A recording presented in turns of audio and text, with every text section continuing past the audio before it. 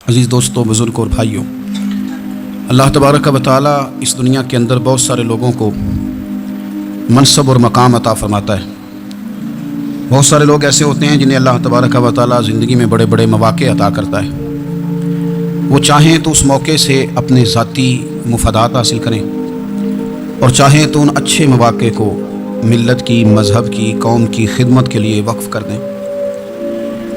کچھ لوگ ایسے ہوتے ہیں کہ جو کسی مقصد کے حصول کی طرف سفر تو کر رہے ہوتے ہیں، لیکن اس کے پیچھے زیادہ تر ان کے ذاتی مفادات کار فرما ہوتے ہیں اور وہ اپنے دنیاوی مقاصد کے لیے، اپنے اور اپنے خاندان کے دنیاوی فوائد کے لیے کوشش کر رہے ہوتے ہیں۔ ایسے لوگ بھی محدود رہ جاتے ہیں، ان کی سوچ بھی محدود رہ جاتی ہے اور کئی دفعہ کچھ تھوڑی دیر کے لیے ان کے نام ابھرتے ہیں اور پھر ہمیشہ کے لیے دب جاتے ہیں۔ کچھ لوگ ایسے ہوتے ہیں جو زندگی کے اندر اللہ کے لیے، اللہ تعالیٰ کی رضا کے لیے، رسول پاک صلی اللہ تعالیٰ علیہ وسلم کی خوشنودی حاصل کرنے کے لیے، دین کی، ملت کی، ملک کی سربلندی کے لیے آگے آنا چاہتے ہیں۔ میرا رب کریم قرآن مجید سورہ حج میں ارشاد فرماتا ہے کہ الذین ان مکناہم فی الارض، کچھ لوگ ایسے ہیں کہ اگر ہم انہیں زمین میں اقتدار دیں، زمین میں اگر ہم انہیں قابو دیں تو وہ کیا کریں گے؟ اقاموا الصلاۃ وآتوا الزکوٰۃ، وہ نماز قائم کریں گے، زکوٰۃ ادا کریں گے، وامروا بالمعروف، نیکی کا حکم دیں گے، ونہوا عن المنکر، اور لوگوں کو بری باتوں سے منع کریں گے۔ وہ دینی، فکری، اصلاحی انقلاب برپا کر دیں گے، نماز کو عام کریں گے، زکوٰۃ کو عام کریں گے، بھلائی کا حکم دیں گے اور برائی سے منع کریں گے۔ اللہ تبارک و تعالیٰ نے ان لوگوں کو جب اقتدار دیا، وہ کون لوگ تھے؟ سیدنا صدیق اکبر، حضرت فاروق اعظم، سیدنا عثمان غنی، حضرت مولا علی رضوان اللہ تعالیٰ علیہم اجمعین۔ اللہ نے جب ان لوگوں کو اقتدار دیا زمین کے اندر، اللہ تبارک و تعالیٰ نے انہیں نبی پاک علیہ الصلوۃ والسلام کی نیابت کے لیے چنا، تو ان لوگوں نے یہ انقلاب برپا کیا، نمازیں عام ہو گئیں، شوق سے لوگ صدقات و خیرات دینے لگے، بھلائی عام ہوئی، برائی کا کلا کما کیا گیا۔ ہمارے ہاں بھی لوگ احتساب کی باتیں کرتے ہیں، ہمارے ہاں بھی لوگ کہتے ہیں کہ میں رشوت خوری کو، کرپشن کو، ناجائز چیزوں کو ہمیشہ کے لیے جڑ سے اکھیڑ پھینٹوں گا۔ لوگ دوسروں سے مطالبہ کرتے ہیں کہ یہ سارے کام جائز کریں، لیکن خود اس پر عمل کرنے کو تیار نہیں ہوتے۔ یاد رکھ لیں کہ یہ جو احتساب ہے، یہ انسان کی اپنی ذات سے شروع ہوتا ہے۔ آپ جب نظام احتساب دنیا کے اندر مستحکم کرنا چاہتے ہیں تو اس میں پھر آپ کو اپنی ذات کو سامنے پیش کرنا پڑے گا۔ آج ہم بات کرنے جا رہے ہیں سیدنا فاروق اعظم رضی اللہ تعالیٰ عنہ۔ تو جناب عمر فاروق رضی اللہ تعالیٰ عنہ کا جو نظام احتساب ہے، انہوں نے اس کو گھر سے شروع کیا تھا، اپنے آپ سے اس کا آغاز فرمایا تھا۔ ہمارے ہاں یہ ہوتا ہے کہ جس بندے کے اکاؤنٹ میں اچھے خاصے پیسے ہیں، وہ بل جمع کرانے جائے تو اسے لائن میں نہیں لگنا پڑتا، مینیجر صاحب اسے آگے بلا لیتے، تو وہ بعد میں کیا کہہ رہا ہوتا ہے؟ کہتا دیکھو اللہ نے کتنی عزت دی ہے، مجھے لائن میں نہیں لگنا پڑا۔ بھائی لائن میں لگنا تو آپ کا یہ تھا کہ آپ سمجھتے ہیں کہ سارے مسلمان ہیں، مومنین ہیں، برابر ہیں، تو میں کسی کو تکلیف میں مبتلا نہ کروں۔ جب آپ آگے چلے گئے تھے تو آپ نے بہت سارے لوگوں کا حق مارا تھا، وہ لائن میں جو لگے ہوئے تھے ان کا وقت لمبا ہو گیا تھا۔ آپ نے تو اپنے آپ کو احتساب کے لیے پیش ہی نہیں کیا، بلکہ آپ نے کہہ دیا کہ جناب میرا تو رتبہ اعلیٰ ہے، لہذا یہ میرا حق بنتا تھا، مجھے تو استحکام ملنا چاہیے تھا۔ یہاں بہت سارے لوگوں نے اپنے حق میں چیزوں کو اور رنگ میں پیش کیا۔ سیدنا فاروق اعظم رضی اللہ تعالیٰ عنہ نے اس نظام احتساب کو اپنے گھر سے شروع فرمایا۔ حضرت عمر فاروق رضی اللہ تعالیٰ عنہ اپنے بچوں سے فرمایا کرتے تھے کہ جب میں حکم لوگوں کو کروں گا نا، اپنی رعایا کو، مسلمانوں کو میں کوئی حکم دوں گا تو تمہیں پہلے اس پر عمل کرنا پڑے گا۔ آپ فرمایا کرتے تھے یاد رکھنا، لوگ تمہیں اس طرح دیکھیں گے، لوگ اس طرح تمہیں دیکھیں گے جس طرح گوشت کھانے والا پرندہ گوشت کو دیکھا کرتا ہے۔ چیل گوشت کھاتی ہے تو کیا کبھی اس کو پیغام بھیجنا پڑا ہے کہ تو آجا یہاں گائے مر گئی ہے، بھینس مر گئی ہے؟ خود بخود اس کی نظر ہوتی ہے، وہ پہنچ جاتی ہے۔ جناب عمر فرمانے لگے میرے گھر والوں، میرے بیٹوں، میری بیٹیوں، میری اہلیہ، لوگ تمہیں اس طرح دیکھیں گے جس طرح گوشت کھانے والے پرندے دیکھتے ہیں، لہذا میں جب کسی کو عمل کروں تو پہلے تمہیں اس پر عمل کرنا پڑے گا جب میں کسی کو حکم دوں۔ آپ فرمانے لگے یاد رکھنا، اگر تم نے میرا حکم نہ مانا تو غیروں نے حکم نہ مانا تو انہیں ایک سزا ملے گی، اور اگر میرے گھر والوں نے نہ مانا تو ڈبل سزا ملے گی، تم پر ڈبل سختی کی جائے گی کہ تم نے میری بات کیوں نہیں مانی۔ یہ نظام احتساب ہے۔ ہم نہ دوسروں کے بچوں کا گلا کاٹ کے اپنے بچوں کی خوشیاں لینا چاہتے ہیں، ہم چاہتے ہیں کہ دوسروں کے بچوں کے حصوں کا مال میرے گھر میں آ جائے، آ جاتا ہے۔ کچھ لوگوں کی سیاست چل جاتی ہے، کچھ لوگوں کا فریب اور فراڈ کام کر جاتا ہے، لیکن وہ گھر روشن نہیں ہوتے۔ ان گھروں میں پیسہ ہوتا ہے پر قرار رخصت ہو جاتا ہے، ان گھروں میں آسانیاں اور وسعتیں تو آ جاتی ہیں لیکن ایک دوسرے کا احترام ختم ہو جاتا ہے۔ سیدنا فاروق اعظم رضی اللہ تعالیٰ عنہ کا یہ طریقہ تھا کہ وہ اپنے بچوں پر سختی کرتے۔ آپ ہمارے ملک میں یہ نظام ہے، موجودہ حکمران ہو یا ان سے پچھلے، بچے سب کے ملک سے باہر رہتے ہیں، یہاں رہتے ہیں تو محلات میں، باہر جاتے ہیں تو بڑی بڑی آسائشوں میں. ان کے بچوں کے لیے قانون بھی الگ سے ہیں، قاعدے بھی الگ سے ہیں، اور ہمارے ملک کے اندر تو ایک باقاعدہ پروٹوکول کا سسٹم ہے. اس سسٹم سے گزر کر بڑے بڑے لوگ چلنا پسند کرتے ہیں. ہمارے زمانے میں بھی کچھ چیزیں سرکاری ہوتی ہیں خالص، لیکن عجیب نظام ہے نا، ہر چیز کا کرایہ بڑھ جاتا ہے، سرکاری دکان کا نہیں بڑھتا. باقی دکانیں 5-6 سال کے لیے ملتی ہیں، سرکاری دکان پہ آپ قبضہ کرنا چاہیں تو پورے 100 سال کے لیے مل جاتی ہے، چونکہ یہ عام عوام کی پراپرٹی ہے تو اس کے ساتھ جو مرضی کو سلوک کرے. ایک سرکاری چراگاہ تھی جس کے اندر جانور چرا کرتے تھے. ہمارے ہاں بھی پنجاب میں کچھ جگہ ہوتی ہیں تو ہم لوگ کہتے ہیں شام لاٹ ہے. سرکاری چراگاہ میں جانور چرا کرتے تھے. حضرت عمر فاروق رضی اللہ تعالیٰ عنہ کے صاحبزادے سیدنا عبداللہ ابن عمر رضی اللہ تعالیٰ عنہ نے بھی ایک اونٹ خرید لیا. تو سب لوگوں کے جانور سرکاری چراگاہ میں چرتے تھے، آپ نے بھی اپنا جانور وہاں چرنے کے لیے، کھانے پینے کے لیے چھوڑ دیا. وہ جب اونٹ آیا تو پتلا تھا، کچھ دنوں کے بعد وہ فربا ہو گیا، طاقتور ہو گیا، موٹا تازہ ہو گیا. حضرت سیدنا عبداللہ ابن عمر رضی اللہ تعالیٰ عنہ نے بیچا تو وہ ڈبل قیمت سے بھی زیادہ کا بکا، کیونکہ پہلے دبلا پتلا تھا، اب موٹا تازہ فربا ہو گیا. حضرت سیدنا فاروق اعظم رضی اللہ تعالیٰ عنہ کو پتہ چلا تو بلایا، فرمایا پتر اونٹ بیچ دیا ہے؟ ابا جی بیچ دیا ہے. فرمایا کتنے کا خریدا تھا؟ اتنے کا. بیچا کتنے کا؟ ڈبل قیمت بتائی. فرمایا اس طرح کر کے اصل رکھ لے اور جو اوپر ملی مجھے دے دے. حضور آپ نے کیا کرنی ہے؟ فرمایا میں سرکاری خزانے میں جمع کروں گا. حضور کیوں؟ فرمایا اس لیے کہ تیرا اونٹ سرکاری جگہ پہ چرا کرتا تھا، وہ گھاس سرکاری جگہ سے کھاتا تھا. حضور سب کے کھاتے. عبداللہ ابن عمر کہنے لگے سب کے کھاتے ہیں. آپ فرمانے لگے تو سب میں شامل نہیں ہے، تو امیر المومنین کا بیٹا ہے، تجھے میں یہ حق نہیں دے سکتا، تیرے اوپر تھوڑی سختی زیادہ کی جائے گی، تجھے یہ حق نہیں ملے گا. تو اپنے اونٹ کو چونکہ سرکاری چراگاہ میں چرایا کرتا تھا، لہذا تجھے وہ اصل رقم یہاں جمع کرانی پڑے گی. ہمارے تو بچے پہلی بات تو یہ ہے کہ بات ہی نہیں سنتے. یہ سب کے بچوں کی بات کر رہا ہوں، وہ ٹیچر کے بچے ہوں، سیٹ کے بچے ہوں، پیر کے بچے ہوں، امام صاحب کے بچے ہوں، کسی کے بچے ہوں، پہلے تو سنتے نہیں.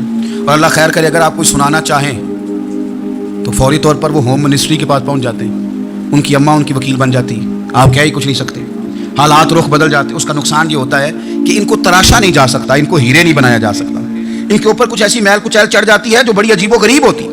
اور کچھ لوگ ایسے ہوتے ہیں جو خرابی کرنے میں بھی اپنا کردار ادا کرتے ہیں، خرابی کرنے میں، اور بڑے لوگوں سے منسلک ہونے کے لیے لوگ رستے تلاش کرتے ہیں. رستے، میں چونکہ چیزوں کا مطالعہ کرنے کا بڑا شوقین ہوں، تو میری والدہ داخل تھیں کئی سال پہلے ہسپتال میں، تو مجھے اس ہسپتال میں کچھ دن رہنا پڑا. ایک پرائیویٹ ہاسپٹل تھا، تو اس میں انہوں نے جگہ جگہ لکھ کے لگایا تھا ملازمین کو بخشیش نہ دیں. ہم ان کو بڑی اچھی معقول تنخواہ دیتے ہیں، سیلری بڑی عمدہ ہے، تو لوگ بخشیش نہ دیں. میں نے جو مینجمنٹ کے لوگ تھے ہاسپٹل کے، ان میں سے ایک سے میں نے کہا کہ اگر کوئی بندہ اپنی خوشی سے دینا چاہے تو آپ نے بڑا موٹا لکھ کے لگایا برائے مہربانی ان کو بخشیش نہ دیں. اس نے بڑی قیمت، سادہ آدمی تھا پر میری بڑی اس نے مجھے بات بتائی، مجھے نفع ہوا. کہنے لگے مولوی صاحب جب کچھ امیر لوگ اسپتال میں مریض لے کے آتے ہیں تو وہ صفائی والے کو پہلے ہی 500 روپیہ دکھا لیتے ہیں آتے ہی، پھر وہ جیسی آواز دیتے ہیں صفائی والے فٹافٹ اندر آتے ہیں، ان کا کمرہ صاف کرتے ہیں. تو سارے تو بیچارے اتنے مالدار نہیں ہوتے کہ آتے ہی پہلے کام والے کو 500 دیں. پھر نقصان کیا ہوتا ہے کہ یہ جن کی ذمہ داری ہے بہت ساری ڈیوٹیاں کرنے کی، یہ ڈیوٹی نہیں کرتے. یہ پلٹ کے ان کی طرف دیکھتے ہیں جن کے گھر سے سالن صحیح آتا ہے، ادھر ان کی توجہ زیادہ ہو جاتی ہے، جو نوٹ ان کو زیادہ دکھاتے ہیں، جو پھل لے کے آتے ہیں تو آدھا ان کو دیتے ہیں. تو ہم یہ کہتے ہیں یہ کام ہی نہ کرو، یہ اپنی تنخواہ پہ کام کریں تاکہ ہر آنے والے کا درد سمجھیں، ہر ایک کو یکساں یہ سروسز فراہم کریں. تو ہم یہ کام کرتے ہیں. ہم ایم پی اے کے اور کسی سے ہمارا تعلق نہ بنے تو ہم جناب اس کے ڈرائیور سے ہی تعلق بنا لیتے ہیں. ہم وہ جو آپریٹ کرنے والا ہوتا ہے ٹیلی فون، اسی سے بڑا تعلق بناتے ہیں، اس کو مٹھائی کا ڈبہ جلدی پہنچا دیتے ہیں. تو اسی طرح سے بڑے لوگوں کی اولادوں کو بگاڑا جاتا ہے. حضرت عاصم بن عمر رضی اللہ تعالیٰ عنہ یہ سیدنا فاروق اعظم کے بیٹے تھے. مصر گئے تو لوگوں کو پتا چلا حضرت عمر کے بیٹے آئے. لوگوں نے تحفے دیے، بڑی بڑی چیزیں آپ کو دی، حضرت عمر کا بیٹا آیا، بڑے گفٹ دیے. تو صاحبزادے واپس آئے تو ان کے پاس بڑے تحائف تھے. سیدنا عمر فاروق رضی اللہ تعالیٰ عنہ نے دیکھا تو فرمایا ادھر لانا تحفے. کہا جی لوگوں نے مجھے دیے ہیں. فرمایا تو نے کیوں بتایا تھا کہ میں امیر المومنین کا بیٹا ہوں؟ کہا حضور ان کو ویسے ہی پتہ چل گیا. فرمانے لگے پتر یہ تحفے تمہیں اس لیے ملے ہیں کہ تم امیر کے بیٹے ہو، یہ تحفے تمہارا حق نہیں، چونکہ تمہیں اس کرسی کی وجہ سے ملے ہیں اور یہ کرسی مسلمانوں کی ہے، لہذا یہ حق بھی مسلمانوں کا ہی ہے. یہ لا سارے مال غنیمت میں جمع کیے جائے. آپ اپنے گھر سے جب احتساب شروع کرتے ہیں، اپنے گھر سے، اور یہ یاد رکھیں یہ جو لوگ آتے ہیں آپ کے بچوں کو نوازنے کے لیے، یہ انہیں خراب کرتے ہیں، بگاڑ پیدا کرتے ہیں، یہ عجیب و غریب سی چیزوں میں مبتلا کر دیتے ہیں. بچوں کا نقصان ہوتا ہے کل کلام. پھر جو شاپر اچھا لے کے آئے پیر صاحب کے بچے ذرا اس سے پیار سے ملتے ہیں، نقصان ہو جاتا ہے. یہ دستے نگر ہو جاتے ہیں، یہ لوگوں کی طرف جیتے ہیں، دوسروں پہ ڈیپینڈ کرنے لگتے ہیں. حضرت ابو موسیٰ اشعری رضی اللہ تعالیٰ عنہ نے پہلے تو ایک قلین بڑا سونا تھا، تو آپ نے حضرت عمر کے گھر بھیج دیا کہ چلو ان کے گھر میں ان کی اہلیہ بچھا لیں گی، کہیں سے تحفہ آیا۔ پھر وہ جس کمرے میں مال غنیمت اور خزانہ رکھا جاتا تھا اس کی صفائی کر رہے تھے تو ایک دینار مل گیا، تو وہ دینار بچے سارے جا رہے تھے، تو ان میں سے حضرت عمر کے ایک بیٹے کو چھوٹے کو بلایا اور بلا کے کہا پتر یہ دینار لے لو۔ حضرت عمر نے دیکھا کہ بیٹے کے ہاتھ میں دینار بھی ہے اور گھر میں قالین بھی ہے، ایک موقع پہ وہ قالین کیا، ایک موقع پر بچے کو ایک دینار دیا، تو حضرت عمر اپنی اہلیہ سے پوچھنے لگے یہ کہاں سے آیا قالین؟ کہا جناب ابو موسیٰ اشعری رضی اللہ تعالیٰ عنہ نے بھیجا ہے۔ بیٹے سے پوچھا دینار کہاں سے آیا؟ کہا مجھے انہوں نے دیا ہے۔ آپ نے وہ دینار بھی لیا اور قالین بھی لیا اور اس کو لپیٹا اور جناب ابو موسیٰ اشعری کو بلایا اور اتنے سخت ناراض تھے، فرمانے لگے ابو موسیٰ اشعری سے کہنا میرے پاس پیدل آئے، گھوڑے پہ نہ آئے۔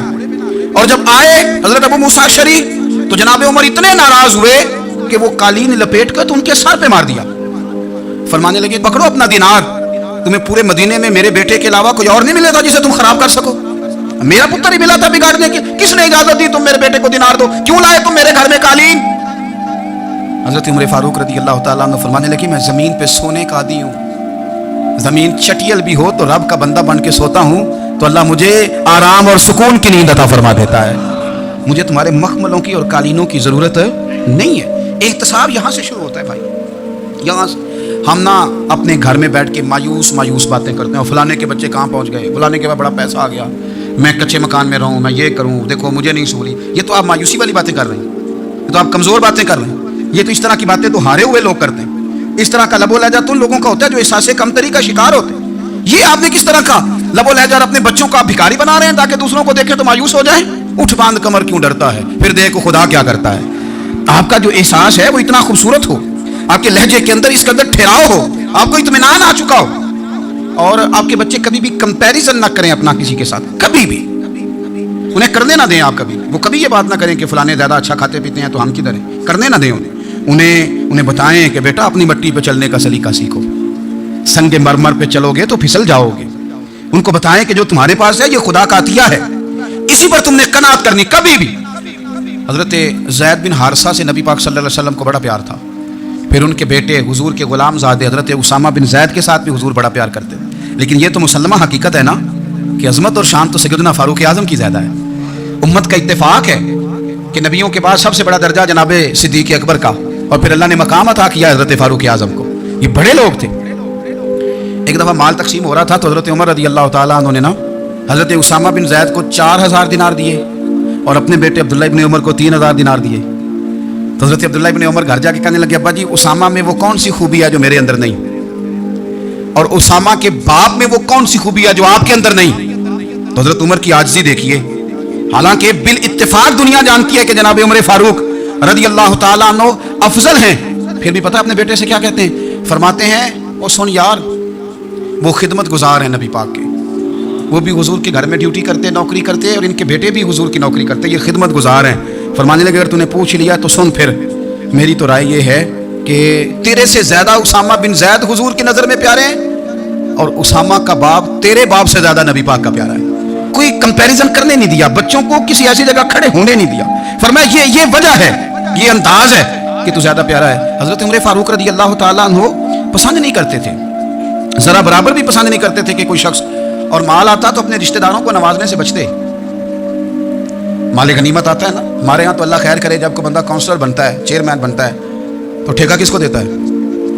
کوئی چلو بھتیجا مل جائے، کوئی بھانجا مل جائے، کوئی چھوٹا بھائی، اسے بھی کام مل جاتا ہے ساتھ۔ نوازنے پہ لوگ آتے ہیں تو وہ تلاش کرتے ہیں کہ کہاں کہاں کو میرا ہے، وہ ٹینڈر ہی ان کے نام کے پاس ہوتے ہیں جن کی طرف ذرا نظر کرم زیادہ ہوتی۔ حضرت عمر فاروق مال تقسیم کر رہے تھے تو بیٹی آگے کہنے لگی ابا جی رشتہ داروں کا بھی حق ہوتا ہے، آپ سب کو دیتے ہیں، آپ کے اپنے آپ کے قریب ہی نہیں آتے۔ تو حضرت عمر فاروق نے کیا لفظ کہے، کیا حقیقت ہے، کیا حسن ہے۔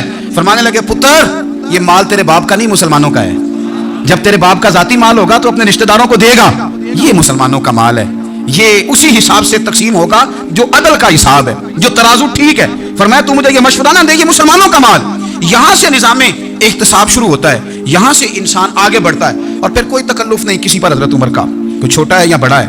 حضرت ابو سفیان رضی اللہ تعالیٰ عنہ سردار رہ چکے ہیں مکے کے، بڑے آدمی، لیکن نظام احتساب میں کوئی چھوٹا بڑا نہیں ہوتا۔ حضرت عمر فاروق مکہ مکرمہ گئے تو لوگوں نے کہا حضور جناب ابو سفیان نے نا گلی میں پتھر رکھے اور بہت سارے لوگوں کو رستوں میں تکلیف ہو رہی ہے، تو حضرت ابو سفیان رضی اللہ تعالیٰ عنہ سے بھی لوگ کہہ دیتے تو وہ بھی اٹھا دیتے، لیکن لوگوں نے چونکہ وہ سردار تھے، بڑے تھے، تو لوگوں نے ان سے کہا نہیں۔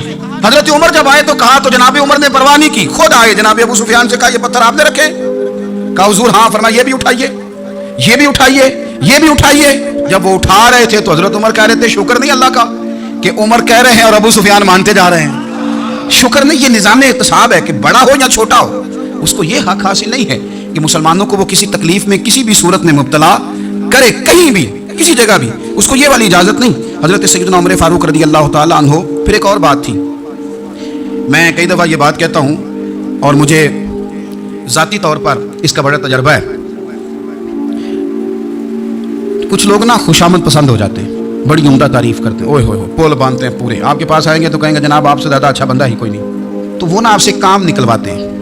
پھر وہ کسی دوسرے کے پاس جاتے ہیں تو اسی طرح کا رویہ وہ دوسروں کے ساتھ کرتے ہیں۔ یہ عام لوگوں میں بھی مرض ہوتا ہے، عام لوگوں میں بھی۔ اور بادشاہ ہو بندہ اگر، پھر تو اس کا دل کرتا ہے میں اگر بادشاہ سلام ہوں تو دو چار بندے دیہڑی پہ رکھ لوں پر میری تعریف ضرور کریں۔ پابندی ہوتی ہے، لوگ یہ کام بڑے شوق سے کرتے ہیں۔ اور شیخ سعدی فرمایا کرتے تھے لکڑی کو گھن کھا جاتی ہے اور بڑے لوگوں کو خوشامد کھا جاتی ہے خوشامد۔ حضرت عمر فاروق رضی اللہ تعالیٰ عنہ اس معاملے میں بڑے مضبوط تھے۔ ویسے مجھے اور آپ کو اچھا کون لگتا ہے؟ ہماری غلطیاں بتانے والا؟ ہمارے اسلاف فرمایا کرتے تھے اپنے دشمنوں کی باتوں پر بھی غور رکھو، تمہارے دشمن تمہیں نکھار دیتے ہیں، تمہارے اندر جو کوتاہیاں ہوتی ہیں وہ تمہیں پتہ چل جاتی ہیں کہ یہاں میری اصلاح ہو رہی، ان پر غور کرو وہ کیا کہتے ہیں۔ حضرت عمر فاروق کی تعریف کی ایک بندے نے، کمال تعریف کی، اس کا خیال تھا کہ رزلٹ بڑا شاندار آئے گا، بادشاہ کی تعریف ہوتی تھی تو پھر تھیلی جاتی تھی اشرفیوں کی، کمال رزلٹ آئے گا۔ حضرت عمر جب وہ پوری کر چکا نا بات تو فرمانے لگے تو خود بھی ہلاک ہوا اور مجھے بھی ہلاک ہی کر دیا ہے، خود بھی تباہ ہوا ہے مجھے بھی تباہ کر دیا۔ کس طرح کی باتیں کر رہا ہے؟ ایک بندہ اور آیا اور اس نے آ کے کہا کہ پوری امت میں سب سے افضل ہے فاروق اعظم آپ ہی ہیں۔ تو حضرت عمر فاروق فرمانے لگے تجھے تیری ماں روئے، ابو بکر تجھ سے بھی افضل تھے، تیرے باپ سے بھی افضل تھے، اور صدیق اکبر مجھ سے بھی افضل ہے اور میرے باپ سے بھی افضل ہے۔ یہ تو کس طرح کی بات کر رہا ہے؟ یہاں ہر شے ہضم نہیں ہو جاتی، فوری طور پہ لوگ ڈکار بھی پورا نہیں لیتے۔ قرآن مجید نے کہا فلا تزکوا انفسکم هو اعلم بمن اتقى، اپنے منہ سے نہ کہو میں پاک صاف ہوں، اللہ زیادہ بہتر جانتا ہے کہ تم میں سے پرہیزگار کون ہے۔ اپنے منہ سے تعریفیں کرتے کراتے ہو، یہ مزاج چھوڑ دیں۔ حضرت عمر رضی اللہ تعالیٰ عنہ پسند نہیں کرتے تھے۔ ایک آدمی نہ چلتا تھا وہاں تو بڑا متکبرانہ چال کے ساتھ چلتا، حضرت عمر نے دیکھا، یہاں تک احتساب فرماتے تھے، زمین پہ زور زور سے پیر پٹکتا، چال بڑی اس کی متکبرانہ، لوگ بڑے پریشان ہوتے۔ حضرت عمر نے ایک دن سمجھایا، باز نہیں آیا، اگلے دن پہ درہ نکال لیا، لگائے 4 درے، فرمایا آج کے بعد نہ چلنا اس طرح مدینے میں پیر پٹک پٹک کے۔ اس وقت تو اسے غصہ لگا، لیکن کچھ دیر کے بعد نا جب غصہ اترا تو حضرت عمر کے پاس آیا، کہنے لگا حضور اللہ آپ کا بھلا کرے، آپ نے درے نہیں مارے، آپ نے تو شیطان بھگا دیا جو میرے ساتھ چمٹا ہوا تھا، چمٹا ہوا شیطان آپ نے مجھ سے بھگا دیا ہے۔ یاد رکھیں مسند امام احمد بن حنبل میں حدیث ہے، اللہ کے پیارے رسول صلی اللہ علیہ وسلم فرماتے ہیں جو دنیا میں متکبرانہ چال کے ساتھ چلتا ہے نا، قیامت کے دن وہ اللہ سے اس حال میں ملے گا کہ رب اس سے ناراض ہوگا۔ متکبرانہ چال سے نہیں چلیں گے۔ تو حضرت فاروق اعظم رضی اللہ تعالیٰ عنہ کا یہ طریقہ تھا کہ آپ خیال کرتے، اور پتہ کس طرح کا آپ کا مزاج تھا؟ فرماتے تھے تقسیم کرو، دوسروں کا بھی خیال رکھو۔ جس طرح بندہ دیوانہ وار نہیں لوگوں کا خیال رکھتا کہ بندہ بگڑے کوئی نہ، دیوانہ وار۔ کچھ لوگ تبلیغ کرتے ہیں رسمی، اور کچھ لوگ ایسے ہوتے ہیں جو لوگوں کی اصلاح میں دیوانے ہو جاتے ہیں، ان کی خواہش ہوتی ہے یہاں بھی بندہ ٹھیک ہو جائے، یہاں بھی بندہ ٹھیک ہو جائے، یہاں بھی بندہ ٹھیک ہو۔ کچھ لوگ کڑی نگرانی کرتے ہیں کہ انسان بگڑنے نہ پائے۔ حضرت عمر فاروق رضی اللہ تعالیٰ عنہ نا گوشت والی دکان کے پیچھے جا کے بیٹھ گئے کئی دنوں تک۔ وہ کہنے لگا حضور یہاں کیا ہے؟ فرمایا تو اپنا کام کرنا، گوشت والی دکان پہ بیٹھے کام کر اپنا، نگرانی کرنے لگے حضرت عمر۔ پھر آپ نے نا وہ بندے پکڑ لیے، کون؟ جو 2 دن مسلسل گوشت خریدنے آئے، پکڑ کے کھڑا کر لیا، فرمایا تو کل بھی گوشت لینے آیا تھا؟ حضور ہاں۔ فرمایا آج پھر کھائے گا؟ حضور جی۔ تو آپ فرمانے لگے کیا تیرے محلے سے غربت ختم ہو گئی ہے؟ تیرے رشتہ دار سارے پیٹ بھر کے کھاتے ہیں، تو 2 دن گوشت لینے آتا ہے؟ فرمایا آج کے بعد مسلسل گوشت لینے آیا تو درے سے ماروں گا، خبردار یہ کام نہ کرنا۔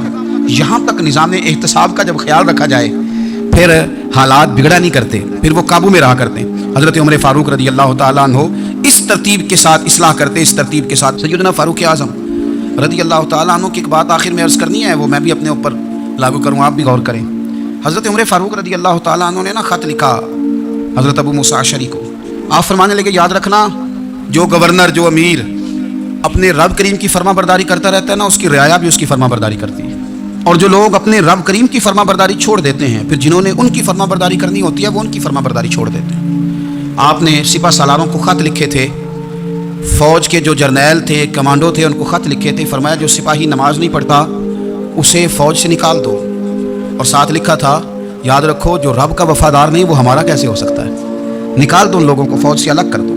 ہم آج جو بے پناہ پریشان ہیں، ہمارے بچے بات نہیں مانتے، شاگرد بات نہیں مانتے، ہم شکوے کرتے ہیں، بے ادبی بڑھ گئی۔ ادب کے ساتھ میں گزارش کروں گا بڑوں کی بارگاہوں میں، جو میری طرح کے بڑے بنے ہوئے ہیں، بزرگوں سے نہیں بات کرتا، ان سے میں کہوں گا کہ ہمیں ایک دفعہ اپنے اوپر بھی تو غور کر لینا چاہیے، کہیں ایسا تو نہیں ہے کہ ہم جب تک اللہ تعالیٰ کے فرما بردار تھے، جب تک ہم تقوی کے معیار پر تھے، ہماری بات ماننے والے ہماری بات مان رہے تھے، کہیں ایسا تو نہیں کہ ہم اس معیار سے ہل گئے ہیں، تب جو ہمارے فرما بردار تھے وہاں سے ہل گئے ہیں۔ حضرت عمر رضی اللہ تعالیٰ عنہ فرمایا کرتے تھے کہ لوگوں کو عجب میں مبتلا نہیں ہونا چاہیے، خود پسندی کا جو ماحول ہوتا ہے اس سے لوگوں کو ہمیشہ نکلنا چاہیے۔ حضرت عمر کے ایک صاحبزادے نے کنگھی کر لی، اچھا لباس پہن لیا تو درہ مارا جناب عمر نے۔ تو آپ کی بیٹی کہنے لگی ابا یہ تو بالکل جائز ہے، اچھے کپڑے پہننا، اچھا لباس پہننا اور سر میں کنگھی کر لینا، اس پر درہ کیوں مار دیا؟ تو آپ فرمانے لگے بیٹا یہ خود پسندی میں مبتلا ہونے لگا تھا، یہ اپنے آپ کو بہت بھلا سمجھنے لگا تھا، اس کا خیال تھا کہ میں ہی ہوں، میرے علاوہ کوئی نہیں، یہ اس مقام پہ جا رہا تھا جہاں اس کی تربیت رک جاتی، اس لیے درہ مارا ہے۔ ایک دفعہ حکومتی معاملات کے اندر آپ کی اہلیہ نے مشورہ دینا چاہا، بڑے کام بیویاں نہیں کرتی، بڑے بڑے معاملات میں مداخلت نہیں کرتی۔ ہمارے بر صغیر میں وہ بادشاہ نہیں گزرا کہ جو فیصلہ کرتا تھا تو کرسی پہ بیٹھ جاتا تھا اور پردے کے پیچھے اس کی بیوی بیٹھ جاتی تھی، اور جب وہ فیصلہ سنانے لگتا تو یوں گردن پیچھے کرتا اور اہلیہ جو کہتی وہ فیصلہ سنا دیتا۔ لیکن ایک دفعہ خاتون نے ایک آدمی کو حضرت عمر نے معزول کیا تو آپ کی اہلیہ نے، اس آدمی کی اہلیہ حضرت عمر کی اہلیہ سے ملی ہوں گی، تو خاتون نے ذرا سفارش کرنی چاہیے، تو جناب عمر فاروق رضی اللہ تعالیٰ عنہ کے ہاتھ میں عصا تھا، ڈنڈا تھا، 2-3 دفعہ زمین پہ مارا، فرمایا تمہیں کس نے اجازت دی ہے حکومتی معاملات میں مشورہ دینے کی؟ یہ مشورہ مولا علی دیں گے یا عثمان غنی دیں گے؟ آپ کو کس نے اجازت دی؟ وہ حکومتی معاملات، وہ مسلمانوں کا اجتماعی معاملہ، وہ مسلمان دیکھیں، آپ کو اس میں آنے کی اجازت نہیں ہے، جو آپ کی ذمہ داریاں ہیں، آپ کے حقوق ہیں، ان پر آپ بات کریں۔ تو بھائی نظام احتساب اپنی ذات سے شروع کریں۔ ہماری اولادیں، ہمارے بچے، وہ باہر سے انہوں نے زیادہ اثر نہیں لیا، ہم نے انہیں بتایا کہ ہم بڑے غریب ہیں، ہم بڑے مجبور ہیں، ہم تو بڑے کمزور ہیں، ہماری تو سنتا کوئی نہیں، یہ تو امیروں کا ملک ہے، اس میں تو فلانے فلانے کو اہمیت حاصل ہے۔ ان باتوں نے ہمارے بچوں کو کمزور کیا ہے، ان باتوں نے ہمارے بچوں کے دلوں میں احساس کمزوری پیدا کیا۔